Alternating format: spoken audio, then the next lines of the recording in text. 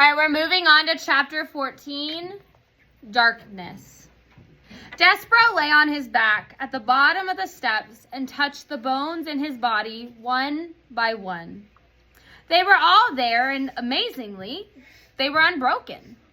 He got to his feet and became aware of a terrible, foul, extremely insulting smell. The dungeon, reader, stank. It stank of despair and suffering and hopelessness, which is to say that the dungeon smelled of rats. And it was so dark. Despereaux had never before encountered darkness so awful, so all-encompassing. The darkness had a physical presence as if it were being all of its own. The mouse held one paw up in front of his whiskers. He could not see it, and he had the truly alarming thought that perhaps he, Despereaux Tilling, did not even exist. "Oh my," he said out loud. His voice echoed in the smelly darkness. "Perfidy," said Despereaux, just to hear his voice again, just to assure himself that he did exist. "P," said Despereaux, and the name of his beloved was immediately swallowed by the darkness.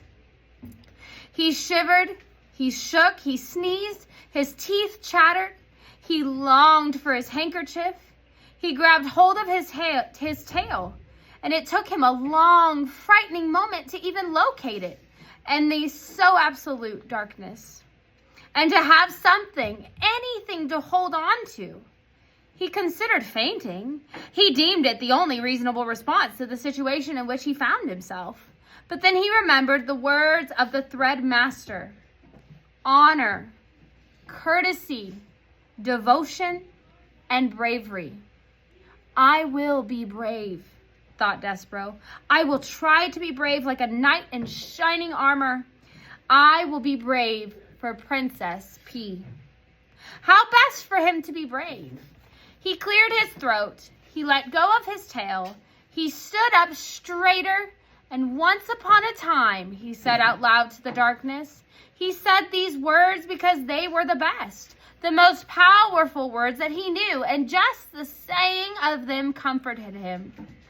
"Once upon a time," he said again, feeling a tiny bit braver. "There was a knight, and he wore always an armor of shining silver." "Once upon a time," boomed a voice from the darkness. "A knight in shining armor?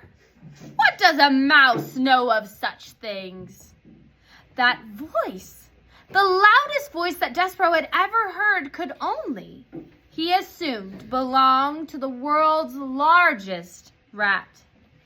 Despereaux's small, overworked heart stopped beating. And for the second time that day, the mouse fainted.